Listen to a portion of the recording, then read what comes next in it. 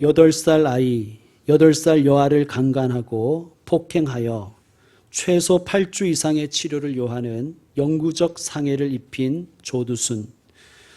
조두순은 자신의 고령과 알코올 중독으로 인한 심신미약 상태를 주장했고 법원은 이를 받아들여 그 형을 감경했습니다. 시민들이 분노했죠. 많은 논란 끝에 아동 범죄 등에 한하여 심신미약이 의무 감경 사유에서 폐지되었습니다. 2018년 강서구 PC방에서 21세 된 청년이 수십 차례 흉기에 찔려 숨진 사건이 일어났습니다. 범인 김성수가 경찰 조사 과정에서 우울증 진단서를 냅니다. 그 소식에 사회적 공분이 일었습니다. 우울증 병력을 앞세워 심신미약 감경을 노리는 것이 아니냐는 시민들의 우려는 청와대 국민청원으로 이어졌습니다. 최종적으로 범인인 김성수는 심신상실이나 심신미약 상태가 아니었다는 판단이 내려졌습니다. 물론 심리적으로, 정신적으로 문제가 있는 것을 가볍게 봐서는 안 되겠지만 그것이 법적, 도덕적 면죄부가 되어서도 안 될 것입니다. 왜냐하면 심리적, 정신적 문제가 있는 이들이 모두 범죄를 저지르는 것은 아니기 때문입니다. 어린 시절 부모의 학대로 인한 상처, 그리고 낮은 자존감이 어떤 사람의 범죄를 설명하는 데 도움은 줄 수 있습니다. 그러나 그러한 심리의 문제가 개인의 법적, 도덕적, 윤리적 책임을 약화시켜서도 안 될 것입니다. 왜냐하면 죄에 있어서 성경은 너무나 단호하게 말씀하기 때문입니다. 그러므로 신학과 심리학과 법학은 상호 보완적이어야 할 것입니다. 물론 기독교 신앙을 가진 사람들 중에서도 성경에 나오는 몇몇 단어와 어떤 사건을 오남용 혹은 악용하여 개인의 책임을 좀 모면하려는 이들이 있습니다. 그런 자들이 잘 쓰는 단어가 내가 유혹에 넘어졌다라는 그런 말입니다. 내가 사탄의 꿰매 빠져 실족했다라고 합니다. 자신의 책임을 인정하지 않고 자기가 져야 될 책임을 사탄, 마귀, 귀신에게 넘겨버리는 것이죠. 이런 농담이 있어요. 나중에 하나님 앞에 가보면 제일 억울하다고 얘기하는 게 아마 귀신들일 것이다. 자기가 안 했는데 다 귀신이 그랬다고 그렇게 책임을 돌리기 때문입니다. 여러분, 범죄를 저질러 놓고 내가 사탄에게 넘어졌다고 하는 것은 정말 뻔뻔스럽고 비겁하고 사악합니다. 너희가 다 나를 버리리라. 27절에 보시면 나를 앞에 주석 표시가 되어 있지요. 성경을 여러분 읽으시다가 이런 표시가 되어 있으면 한번 내려가서 그 주석이 뭐라고 되어 있는지 읽어보는 것이 좋습니다. 자, 뭐라고 되어 있나요? 이렇게 해석할 수도 있다는 거예요. 이렇게 번역할 수도 있고 우리 지금 성경이 번역한 것처럼 너희가 다 나를 버리리라고 번역할 수도 있다는 거예요. 그럼 우리 성경은 왜 너희가 다 나를 버리리라라고 번역했을까요? 나로 말미암아 실족하리라고 하면 뭔가 책임이 나로 말미암아 좀 예수님께 있는 것 같아요. 그리고 제자들은 어쩔 수 없이 실족한 것 같은 그런 느낌을 줍니다. 그러나 너희가 다 나를 버리리라 하면 책임의 주체가 분명하죠. 저는 이 번역이 더 좋다고 봅니다. 자, 그러면 예수님은 왜 이런 부정적인 말씀을 하실까요? 안 그래도 지금 분위기가 별로 안 좋아요. 아주 제자들의 마음이 심란합니다. 이럴수록 우리 생각에는 자존감을 좀 세워주는 말씀을 좀 해주시면 좋잖아요. 얘들아, 너희는 할 수 있어. 힘내자. 파이팅! 아니면 당신은 사랑받기 위해 태어난 사람, 이런 노래 이렇게 불러주면서 좀 자존감을 올려줘야 되지 않겠습니까? 여러분, 범죄가 만약에 자존감에 관한 문제라면 예수님이 그들의 자존감을 높여주셨을 것입니다. 그런데 예수님은 너희가 다 나를 버릴 것이라고 말씀하십니다. 그러자 우리의 호프 베드로가 단언해버리죠. 단호하게 선언합니다. 29절 보시면 다 버릴지라도 나는 그리하지 않겠나이다. 이거 진심일까요? 거짓일까요? 베드로의 캐릭터를 우리가 생각해 볼 때 아마 이건 진심이었을 것입니다. 자, 얼마나 자존감이 높습니까? 예수님의 그 부정적인 말씀에 전혀 위축되지 않잖아요. 그런데 진심이라서 문제가 큰 거예요. 자존감이 너무 높아서 문제입니다. 10길 물속은 알아도 한 길 사람 속은 모른다고 우리는 남의 속은 당연하고 나의 진면목조차 잘 모릅니다. 베드로는 자기에게 무지했어요. 자기 자신에게 대해 무지했습니다. 그런데 놀랍게도 교만하기까지 했어요. 여러분, 무지한데 교만하기까지 하면 우리가 상대하기 어렵잖아요. 이런 사람 보면 답답하잖아요. 그렇죠? 그리고 이 지금 베드로가 쓰는 단어의 주어가 뭡니까? 나는이에요. 나는 그렇게 하지 않는다는 거예요.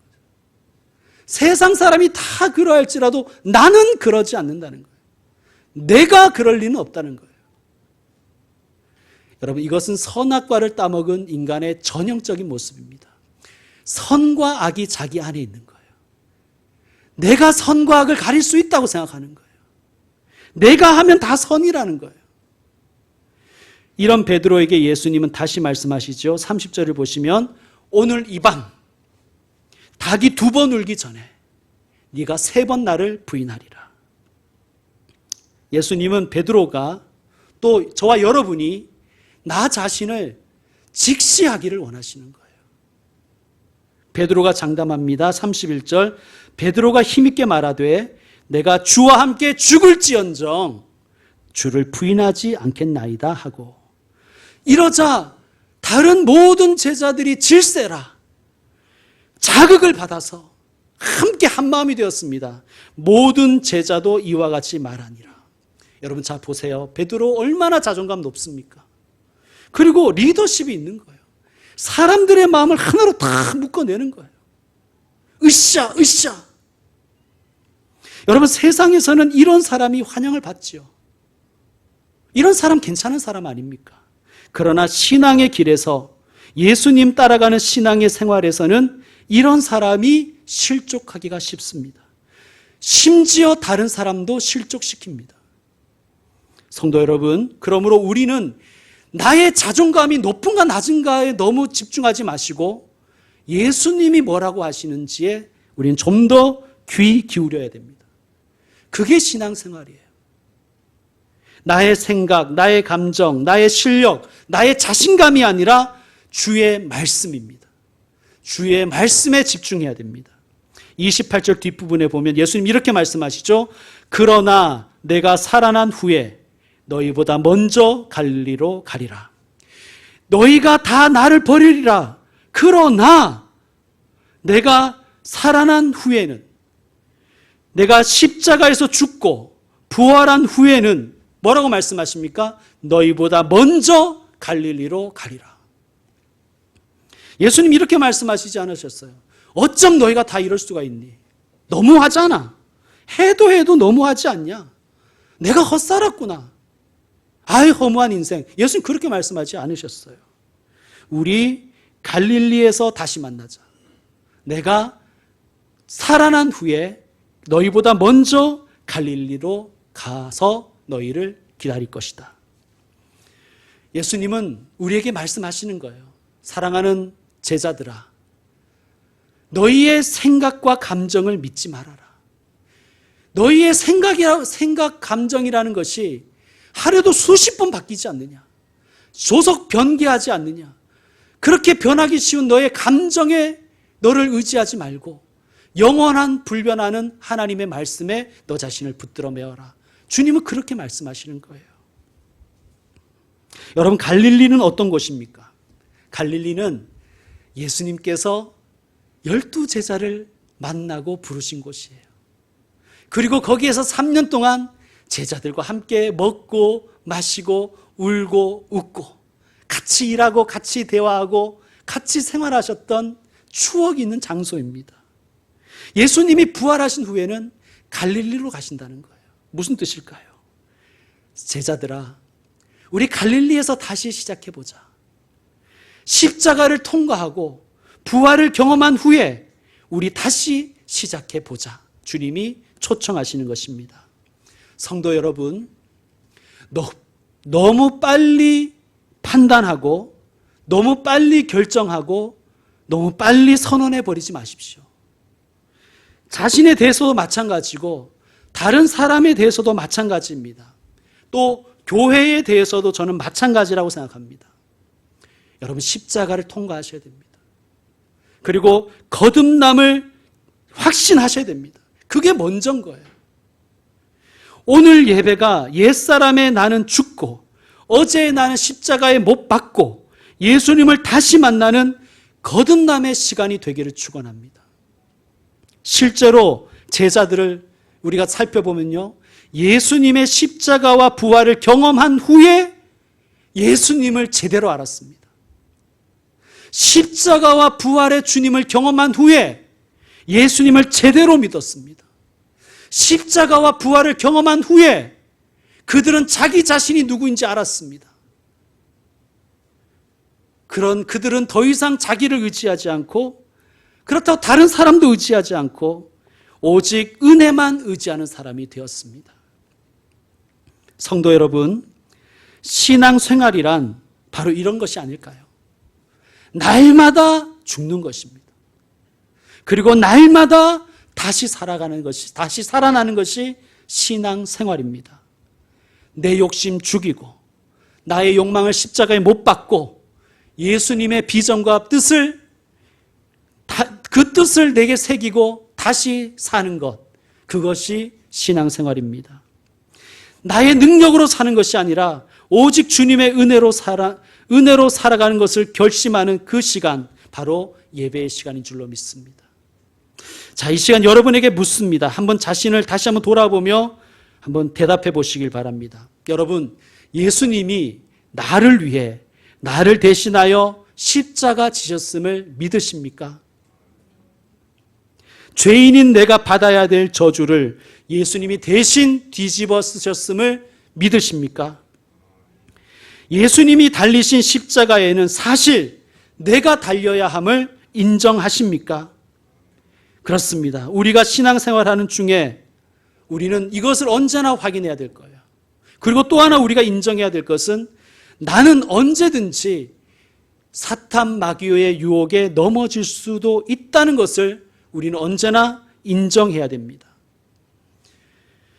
나의 교만과 나의 고집과 나의 변명과 나의 나태와 게으름 때문에 우리는 언제나 넘어집니다. 나는 날마다 죽고 오직 자기 안에서 예수님으로 사는 것, 그것이 예수님을 따르는 삶일 것입니다. 여러분, 그러므로 우리는 이렇게 기도해야 됩니다. 여러분, 언제나 날마다 또 무시로 이런 기도를 하십시오. 한번 따라하겠습니다. 주님, 나는 죄인입니다. 나를 불쌍히 여기십시오. 여러분, 그 기도를 하셔야 돼요. 주님, 나를 불쌍히 여겨주세요.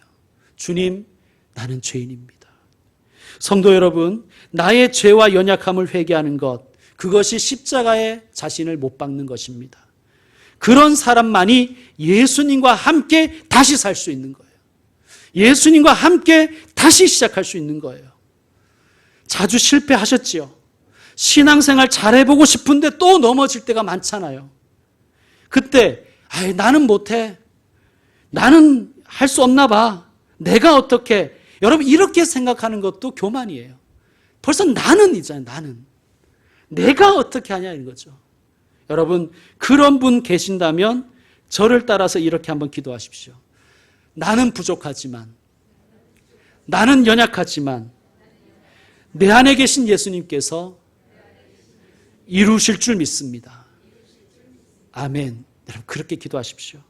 그냥 실패에 사로잡혀 계시지 마시고 다시 일어나서 주님 손 잡고 함께 시작하시길 바랍니다. 너희보다 먼저 갈릴리로 가리라. 이것은 주님의 초청입니다.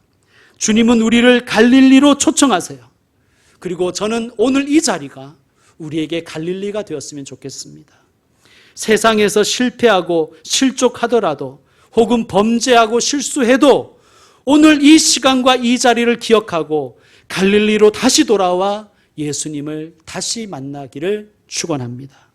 특히나 마음이 괴롭고 흔들릴 때 다시 주님께 나가십시오. 그런데요, 더 중요한 것은요, 심지어 자존감이 하늘을 찌를 때, 그때가 더 위험할 때인 걸 알고 그때 더 주님 앞에 나가기를 힘써야 됩니다. 여러분 보세요. 베드로는 얼마나 자신을 믿었습니까? 자신감이 넘쳤잖아요. 다 주를 버릴지언정 나는 주님을 버리지 않겠습니다. 내가 죽을지언정 내가 목숨 걸고 주님을 따르겠습니다. 자존감이 얼마나 높습니까? 그런데 예수님은 오늘 말씀에 보면 자존감이 별로 없으신 것 같아요. 예수님은 그저 하나님 앞에서 하나님만 신뢰하고 기도하고 계시는 거예요. 그래서 예수님은 결국 아버지의 뜻과 아버지의 원대로 따르기를 주님은 묵묵히 결단하시지만 베드로는, 자신감 넘치던 베드로는 계속 자다가 결국은 예수님을 배반해 버리죠.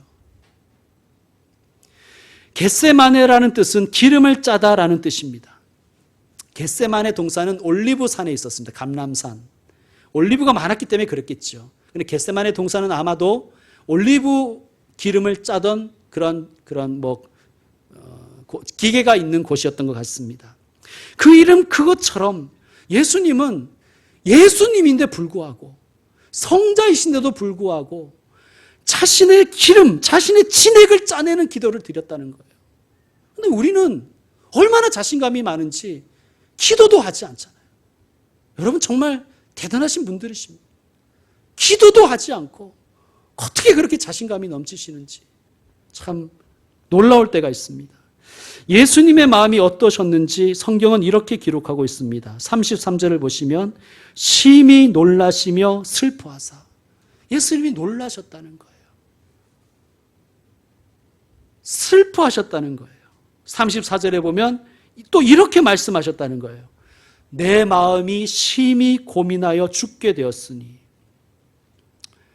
여러분, 소크라테스라는 성인은 독배 앞에서도 초연했다고 우리가 알고 있지 않습니까? 그런데 예수님은 죽음 앞에서 두려워하시고 번민하시며 슬퍼하셨습니다. 얼마나 고민이 깊었는지, 야, 나 죽을 것 같다, 이렇게 말씀하시는 거예요. 그런데 저는요, 죽음 앞에서 태연했던 성인들보다 죽음 앞에 두려워하고 번민하고 슬퍼하며 고통스러워하시던 주님이 더 큰 위로가 됩니다. 아, 예수님에게도 도망치고 싶은 순간이 있으셨구나. 아, 예수님도 죽을 정도로 아파하셨구나.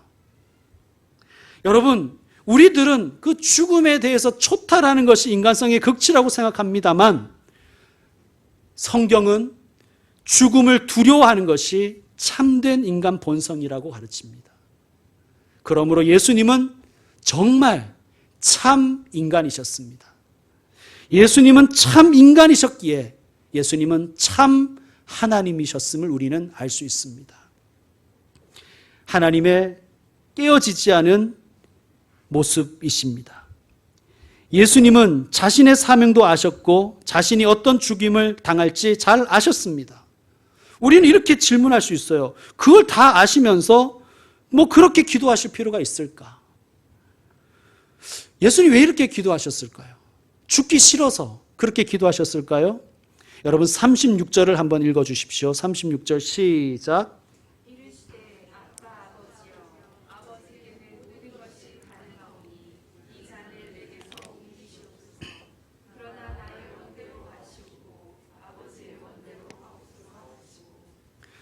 예수님이 왜 그렇게 번민하시고 슬퍼하시며 고통스러워 하셨는지 우리는 이 호칭에서 알 수 있습니다. 아빠. 우리말 번역은 아빠, 아버지라고 번역했지만 원문은 그냥 아빠입니다. 아빠. 아빠라는 것은 아람어인데 참 놀랍게도 우리말 아빠와 발음과 뜻이 같습니다. 아빠. 어린아이가 아버지를 친근하게 부를 때 쓰는 호칭입니다. 아빠. 하나님을 아빠라고 부르신 사례는 구약 성경에는 없어요. 지금까지 유대인들은 하나님을 아빠라고 부르지 않습니다. 예수님은 하나님을 향하여 아빠라고 부르십니다.